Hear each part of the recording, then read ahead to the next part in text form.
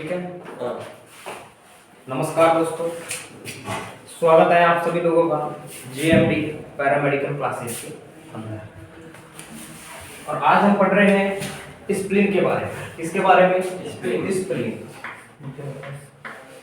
Spleen के बारे में, यानी कि प्लीहा। क्या? प्लीहा के बारे में पढ़ रहे हैं। किसके बारे में? प्लीहा के बारे। ठीक है। इसे बोलते ना आरबीसी का कब्रिस्तान से कह रहे हैं। स्प्लीन एक लिम्फोइड ऑर्गन है। ठीक है। अब देखो ये होती कैसी है, इसका शेप एंड साइज होता है एक फिस्ट के जैसा। जैसे आपको दिख रही है फिस्ट, मुट्ठी, एक फिस्ट के जैसा इसका क्या होता है, शेप एंड साइज। ठीक है। तो मैं यहां लिख रहा हूं fist like shape and size, सीधा लिख लेता हूं शेप एंड साइज। कैसा है? Like a fish, like a fish. ठीक है। अब ये जो है बताया ना भी मुट्ठी। ठीक है। अब क्या है, ये फॉर्म किससे हो रही है? फॉर्म होती है लिम्फोइड टिश्यू से। क्या? Lymphoid tissue. जो लिम्फोइड टिश्यू है उस लिम्फोइड टिश्यू, यानी कि ये जो फॉर्म हो रही है वो किससे हो रही है? बोलो। लिम्फोइड टिश्यू नहीं, सॉरी, रेटिकुलर टिश्यू। किससे? रेटिकुलर टिश्यू से। आप भी बोल रहे हैं, मैं बोल रहा हूं रेटिकुलर टिश्यू। ठीक है। अब इसका जो कलर है वो कलर कैसा होगा? मैं इधर लिख रहा हूं कलर। क्या? ये जो कलर है वो कैसा है? तो इसका कलर है डार्क पर्पल। कैसा? Dark purple. किसको सी आ रही है? महाराज जी को। कैसा है? Dark purple. ठीक है। इसका कलर है डार्क पर्पल और शेप एंड साइज है इसका लाइक ए फिश डिश, यानी कि एक मुट्ठी के जैसा। ठीक है। और जो कलर है वो क्या है? Dark purple colour. ठीक है। अब इसके बाद में इसकी क्या होगी? लेंथ कितनी है? क्या कि जो इसकी जो लेंथ है वो लेंथ क्या होगी? तो इसकी लेंथ होगी क्या? बोलो। 12 सेंटीमीटर। तो क्या होगा ये? लॉन्ग। क्या होगा? 12 सेंटीमीटर लॉन्ग हुआ एंड 2.5 सेंटीमीटर इसकी क्या है? यानी कि थिक। क्या है? थिक है। इसके अलावा 7 सेंटीमीटर इस पे क्या है? ब्रॉड, यानी कि चौड़ाई। क्या है?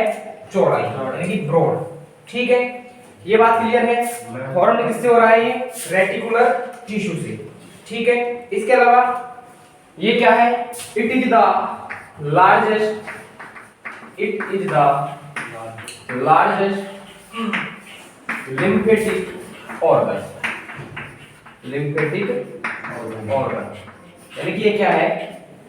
Largest lymphatic organ. ठीक है।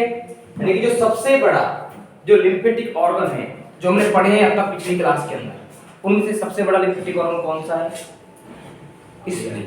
कौन है? स्प्लीन। ठीक है। अब कहां पे? ये 7 सेंटीमीटर का है।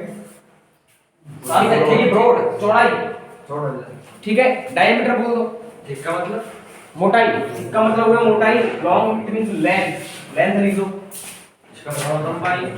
हां, लेंथ, लॉन्ग या लंबाई दोनों एक ही बात है। ठीक है। अब ये होती कहां है? प्रेजेंट कहां होती है? तो क्या कहां होती है? It is located in hypochondriac region. कहां? हाइपोकॉन्ड्रियक रीजन, यानी कि लोकेटेड इन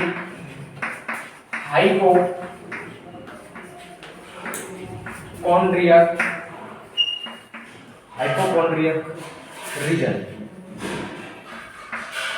यानी कि जो हाइपोकॉन्ड्रियक जो रीजन है उस हाइपोकॉन्ड्रियक रीजन के अंदर ये क्या होती है? प्रेजेंट। अब कहोगे कि सर हाइपोकॉन्ड्रियक जो रीजन है वो क्या होता है?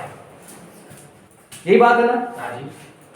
अब क्या है? एब्डोमिनल कैविटी जो है ना, क्या जो एब्डोमिनल कैविटी है, एब्डोमिनल कैविटी, जैसे मैं कह रहा हूं कि ये हिस्सा है हमारा, ठीक है, स्टोमक से ऊपर का, ये हमारी एब्डोमिनल कैविटी है।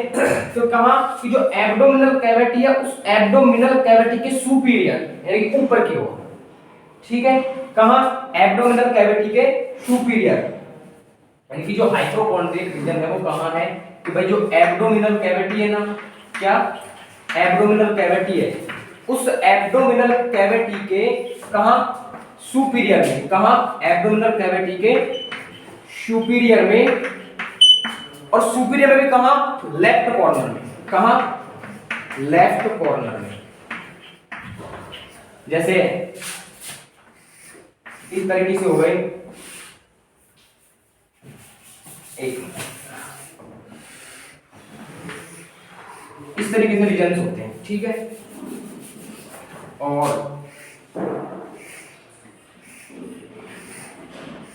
तो ये होगी एब्डोमिनल कैविटी, ठीक है। अभी यहाँ और भी रीजन है हाइपोकॉन्ड्रियल के अलावा, और भी रीजन है, ठीक है। तो इस जगह प्रेजेंट होती है क्या हाइपोकॉन्ड्रियल रीजन जो तुम्हारा है, ये एब्डोमिनल कैविटी हो गई, एब्डोमिनल कैविटी के सुपीरियर में, और सुपीरियर में कहां लेफ्ट साइड में क्या होती है हाइपोकॉन्ड्रियल रीजन, यानी इस जगह, यानी कि ये क्या होगा एब्डोमिनल कैविटी का पार्ट, यानी ये जो हिस्सा है इस वाले हिस्से को बोला है, ठीक है। आगे की बात समझ में कि जो हाइपोकॉन्ड्रियल जो रीजन है वो कहां होता है, यानी कि जो एब्डोमिनल कैविटी है उस एब्डोमिनल कैविटी के सुपीरियर में, और सुपीरियर में भी कहां लेफ्ट साइड। बोलो क्लियर है क्या ये बात आपको, नहीं है क्लियर? इसके और ये जो पार्ट्स है वो भी बताऊं क्या, फिर तुम कहोगे कि सर पता नहीं क्या क्या हो गया, समझ में नहीं आ रहा। तो ये बाद में जब आगे जो नेक्स्ट चैप्टर में आएंगे इस बात ये जो टॉपिक इस पर चर्चा कर लेंगे कंप्लीटली, ठीक है। ब्रीफली डिस्कस कर लेंगे इस टॉपिक के बारे में, ठीक है ना। इस तरीके से 9 पार्ट्स होते हैं, ठीक है ना। आगे बात समझ में। अब ये हो गई superior corner of the abdominal cavity. अब देखिए क्या होता है, यानी कि एब्डोमिनल कैविटी जो है उस एब्डोमिनल कैविटी के सुपीरियर में, ठीक है, और सुपीरियर में भी कहां लेफ्ट कॉर्नर में। तो मैं इसको इधर लिख देता हूं थोड़ा सा, जो एब्डोमिनल कैविटी है उस एब्डोमिनल कैविटी के सुपीरियर, कहां सुपीरियर में, और सुपीरियर में कहां लेफ्ट कॉर्नर। बात समझ में आ गई ना, लेफ्ट कॉर्नर। अब देखो इसका थोड़ा सा डायग्राम देखिए, ठीक है।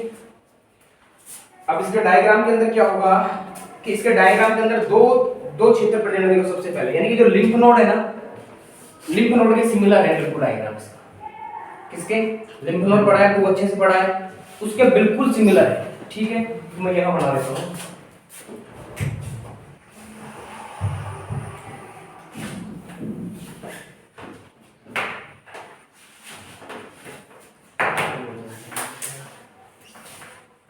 ठीक है।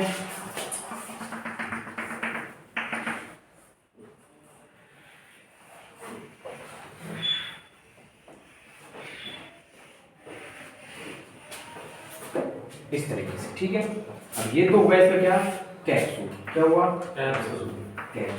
अब इसमें दो पार्ट होते हैं, एंटीरियर एंड पोस्टीरियर। अब इसकी ये जो सरफेस है ना, ये तो क्या हो गई उत्तल, यानी कि क्या हो गई उत्तल, यानी कि कॉन्वेक्स, ठीक है, उत्तल, यानी कि उभरा हुआ पार्ट क्या है उत्तल, यानी कि कॉन्वेक्स।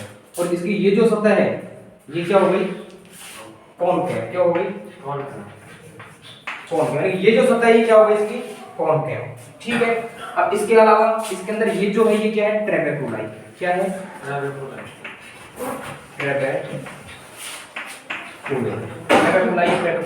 ठीक है। इसके अलावा कैप्सूल आपका हो गया, ठीक है, ट्रेबेकुलाई हो गया। अब इसके अलावा इसके अंदर क्या रहेगी वेंस एंड आर्टरी। तुम इस तरीके से बना देता हूं, ये वेंस और ये आर्टरी हो गई, ठीक है। मैं इसको कह रहा हूं ये तो क्या हो गई वेन, क्या है वेन, यानी कि लिम्फेटिक वेन, ठीक है। और ये हो गई इसकी आर्टरी, ठीक है। इतना क्लियर है, यानी कि इसको ये बोल दो चाहे स्प्लेनिक वेन बोल दो, क्या क्योंकि स्प्लिन पढ़ रहे हैं ना, तो स्प्लेनिक वेन डाल दो, इसको स्प्लेनिक आर्टरी डाल दो, ठीक है। अब क्या होगा कि जो वेंस है तो वेंस से तो क्या आएगा ये इसकी डायरेक्शन, वेंस की डायरेक्शन इधर कर दो और आर्टरी की इसके अंदर कर दो, तो ब्लड इधर जाएगा, ठीक है, और ब्लड में प्योरीफाई करेगा ये भी, ठीक है। इतनी बात समझ में आ गई और आपकी ट्रेबेकुलाई हो गई। अब इसके अलावा इसका जो बाहर का जो पार्ट है, ये जो पार्ट है ये तो होगा क्या इसका रेड पल्प, यानी कि दो पल्प होते हैं, पल्प बोले तो एक टाइप का टिश्यू, क्या एक टाइप का टिश्यू। तो ये तो हो गया इसका रेड पल्प, ठीक है। और इसके लिए जो अंदर वाला पार्ट है यानी कि जैसे यहाँ वाला, तो इसको मैं बोल देता हूँ व्हाइट पल्प। क्या? White pulp. इतना सा क्लियर है कि जो रेड पल्प और व्हाइट पल्प, ये क्लियर है बोलो। अब जो रेड पल्प है यानी कि जो रेड पल्प है ये तो किसका फॉर्मेशन करेगा? लिम्फोसाइट का। किसका करेगा? Sorry, monocyte and macrophages cell का। किसका? यानी कि ये फॉर्मेशन करेगा मोनोसाइट एंड मैक्रोफेगस। अभी समझा दूंगा। अभी मैक्रोफेगस किसका क्या कर रहा है? फॉर्मेशन। इनका क्या कर रहा है? फॉर्मेशन। यानी कि जो रेड पल्प है वो रेड पल्प क्या कर रहा है? मैक्रोसाइट, मैक्रोफेगस एंड मोनोसाइट का क्या कर रहा है? बोलो, फॉर्मेशन कर रहा है। और जो व्हाइट पल्प है, ये व्हाइट पल्प जो है वो क्या कर रहा है? ये कर रहा है लिम्फोसाइट का। नीचे तक आ रहा है, देखना नहीं आ रहा। यहाँ तक तो आ रहा है, इससे तक डायग्राम पूरा आ रहा है ना पूरा। तो मैं इसको यहाँ लिख दे रहा हूँ, ये भी आ रहा है। यानी कि ये होगा इसका व्हाइट पल्प। क्या हो गया? White pulp. ठीक है। और जो व्हाइट पल्प जो फॉर्मेशन है वो किसका कर रहा है? बोलो, मोनोसाइट, मैक्रोफेगस, लिम्फोसाइट। किसका कर रहा है? लिम्फोसाइट। ये बात यहां तक क्लियर है क्या? बोलो। ठीक है, अभी समझा दूंगा। और ये इसका वही हाइलम हो गया। क्या हो गया? हाइलम। जो हाइलम मैं पिछली वीडियो में बता चुका हूं तुमको कि जो हाइलम है वो क्या होता है। इतनी बात समझ में आ गई? आप देखो, ऐसे करो सर, ये बाजू होता है हाइलम। क्या बाहर करके होता है हाइलम? अरे ये जो हाइलम है ना, इससे जो आर्टरी जो वेंस जिस क्षेत्र से होकर निकल रही है ना, जैसे ये दरवाजा है, हम कहेंगे दरवाजा क्या है, तो दरवाजे से हम आ जा सकते हैं। तो इसी प्रकार से हाइलम जो है ना, हाइलम उस पार्ट को बोल रहे हैं यहाँ से आर्टरी, वेंस, नर्व्स, जैसे नर्व्स भी जा रही है इसके अंदर से होके। नहीं, बाहर की तरफ ही अंदर की तरफ ही होता है। ये जो पार्ट है ना, ये जो पार्ट है, जैसे मैं कहूँ कि क्या नाम से ये है, ठीक है। अब ये तो हो गया ये वाला पार्ट। अब ये जो पार्ट है ना, ये जो पार्ट है, यानी कि ये वाला जो पार्ट है ना, इसका ये पार्ट, ये इसको पूरे को हम हाइलम बोल रहे हैं। यानी कि ये जो पार्ट है ना, मैंने ये क्या ग्राउंड से जो बनाई है स्ट्रक्चर, उसको क्या बोल रहे हैं हम? हाइलम। क्लियर है? अब देखो क्या होता है। अब क्या है, अब इसके अंदर ये हाइलम हो गया आपका। अब देखो ये जो रेड पल्प एंड जो व्हाइट पल्प है ना, अब इनमें क्या है? इनमें क्या है? लिम्फेटिक टिश्यू प्रेजेंट है। ठीक है, ठीक है। अब देखो, अब जो ये जो रेड पल्प है ना, ये होता है सराउंडेड वेन। कहां होता है? Surrounded veins, surrounded when. ठीक है, रेड पल्प। और ये जो व्हाइट पल्प जो है, ये होता है सराउंडेड आर्टरी। कहां होता है? कहां लिखा हुआ व्हाइट पल्प? ये होता है सराउंडेड आर्टरी। भाई लोकेशन तो चाहिए ना तुमको। देखो एक बार स्टार्टिंग से देख लो एक बार। ठीक है, हम पढ़ रहे हैं स्प्लीन। ठीक है, क्या पढ़ रहे हैं? स्प्लीन। अब ये जो स्प्लीन है, अब स्प्लीन क्या है? इसका shape and size like a fish. जैसे मैं कह रहा हूं ये हमारी क्या हो गई? ये फिश यानी कि मुट्ठी हो गई। ठीक है, ये हो गई क्या? एक फिस्ट हो गई। ठीक है, अब ये जो फिस्ट है, ठीक है, अब ये इसका क्या हो गया? कैप्सूल। ठीक है, और ये इसकी सतह क्या हो गई? उत्तल। ठीक है, कहां लिखा हुआ है? ये इसकी जो सतह है वो क्या हो गई? कॉनकेव। कहां लिख दिया? ये रहा कॉन्वेक्स, ये लिखा हुआ। ठीक है, क्या हो गया? कॉन्वेक्स। ये तो क्या हो गई? Convex surface. और ये जो अंदर की सरफेस है ना, ये यानी कि उत्तल का मतलब हो गया उभरा हुआ। क्या हुआ? उभरा हुआ। ठीक है, तो ये तो सतह कौन सी हो गई? कॉन्वेक्स। और ये हो गई कॉनकेव। ठीक है, अब ये इसका कैप्सूल हो गया। ठीक है, अब इसमें red pulp and white pulp present होता है। ठीक है, और जो रेड पल्प जो है, यानी कि रेड, अब तुम कहोगे सर पल्प होता क्या है? यानी कि लुगदी के जैसे मान लो, लेकिन एक ये क्या है? टिश्यू का टाइप होगा, ये मान लो लाइक ए टिश्यू। ठीक है, अब क्या हुआ? ये जो रेड पल्प जो है, अभी कहां लिखा हुआ है? ये रहा जो रेड पल्प है। ये रेड पल्प जो है कहां पाया जाएगा? Surrounded when. यानी कि जो वेन है ना, उसके सराउंडेड क्या पाया जाएगा? जैसे यहां से मैं कह रहा हूं, ये जो है ना, ये वेन और आर्टरी आ रही है यहां से, ये स्प्लीन हो गई, और ये वेन और आर्टरी। ठीक है, अब जो रेड पल्प है वो कहाँ प्रेजेंट होगा? Surrounded veins. ठीक है, क्लियर है। अब इसके बाद में जो व्हाइट पल्प है वो कहाँ होगा? Surrounded artery. क्लियर है, ठीक है। और ये जो स्ट्रक्चर है ना, अब इसको हम बोलते हैं इसको हाइलम। क्या बोलते हैं भाई? इधर देख, ये जो स्ट्रक्चर है उसको क्या बोलते हैं हमने? हाइलम। जैसे यहाँ कोई भी डोर बंधा हुआ है, ठीक है, अब उस डोर से होकर क्या निकल रहे हैं? Artery, when, nerves. ठीक है, तो ये क्या हुआ है? हाइलम। ठीक है, क्लियर है। अब क्या कह रहा है आगे? इसके अंदर क्या होता है? ट्रेबेकुली। सेम उसी टाइप से इसके अंदर भी क्या होगा? यानी कि आगे जो ट्रेबेकुली का वही फंक्शंस है, सब कुछ वही है जो किसमें था? Lymph nodes. ठीक है, वही जो कैप्सूल है उसकी क्या इंटरनल जो फोल्डिंग है वो उसने क्या बनाई है? ट्रेबेकुली। ठीक है, ये बात क्लियर है। अब बचा क्या? अब क्या कह रहा है कि जो रेड पल्प है वो तो क्या कर रहा है? मोनोसाइट्स एंड मैक्रोफेगस सेल्स का फॉर्मेशन। ठीक है, यानी ये फॉर्म यानी कि मोनोसाइट देख रहा है, form out monocyte and macrophages. ठीक है, इसके बाद में सराउंडेड यानी कि जो व्हाइट पल्प है, ये व्हाइट पल्प कहां है? सराउंडेड आर्टरी, किसका फॉर्मेशन कर रहा है? लिम्फोसाइट्स का। ये बात क्लियर है, ठीक है। अब देखो क्या हुआ, ये कह रहा है आगे जाके, अब देखो ये आर्टरी वेन्स है। अब मैंने ये जो आर्टरी है, अब आर्टरी तो भाई प्यूरिफिकेशन जो ब्लड है उसको लेके जाएगी, और वेन्स तो वापस क्या करेगी भाई? हर जगह ब्लड सप्लाई तो होगी, चाहे कोई सा भी ऑर्गन हो। ठीक है, तो ये बात समझ में आ गई। नर्व्स के अंदर होंगी। ठीक है, क्लियर है। अब प्रेजेंट कहां है ये? तो मैंने बता दिया आपको, कहां? हाइपोकॉन्ड्रिक रीजन, यानी और उसमें भी क्या? लेफ्ट हाइपोकॉन्ड्रिक रीजन के अंदर। ठीक है, वो बात मैं आपको समझा चुका हूं कि जो लेफ्ट हाइपोकॉन्ड्रिक रीजन है वो क्या होता है। क्लियर है, ठीक है। अब इसके अलावा कलर, तो कलर इसका क्या है? Dark purple. अब ये क्या है? 12 सेंटीमीटर क्या है? 12 सेंटीमीटर लेंथ है इसकी। ठीक है, अब इसके अलावा 7 सेंटीमीटर इसकी ब्रॉड है। ठीक है, और ये इसकी थिकनेस है। क्लियर है क्या? बोलो, क्लियर है इतनी सी बात? आगे बात समझ में? अरे आगे की बात समझ में नहीं आई तो वापस बताऊं? हाँ, आगे की बात समझ में कि नहीं आई? हाँ, दूसरी चीज ये क्या है? डक्टलेस ग्लैंड है ये भी क्या है? क्या लिख रहा हूं मैं? Ductless gland. क्या है? Ductless gland.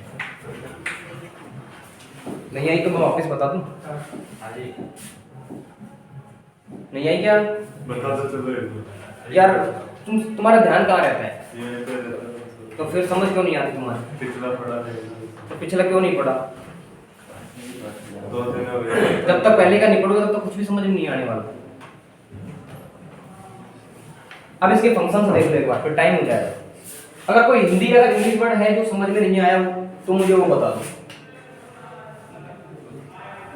बोलो, क्लियर है?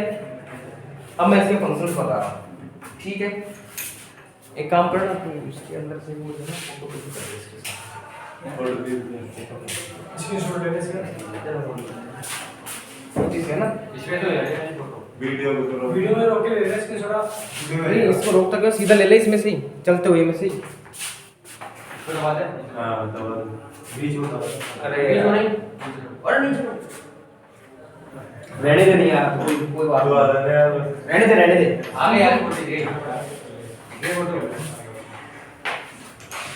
क्या करोगे तुम? कोई काम। अब देखो इसके फंक्शंस देख लो एक बार। दोबारा कैसे के फोटो? नहीं रहने अभी ठीक तो इधर वो मार दिया। देखो फंक्शंस देख लो इसके।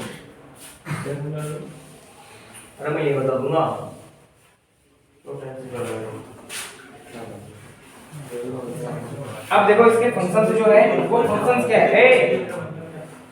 बोलना नहीं है। फंक्शंस इस प्लेन के फंक्शंस।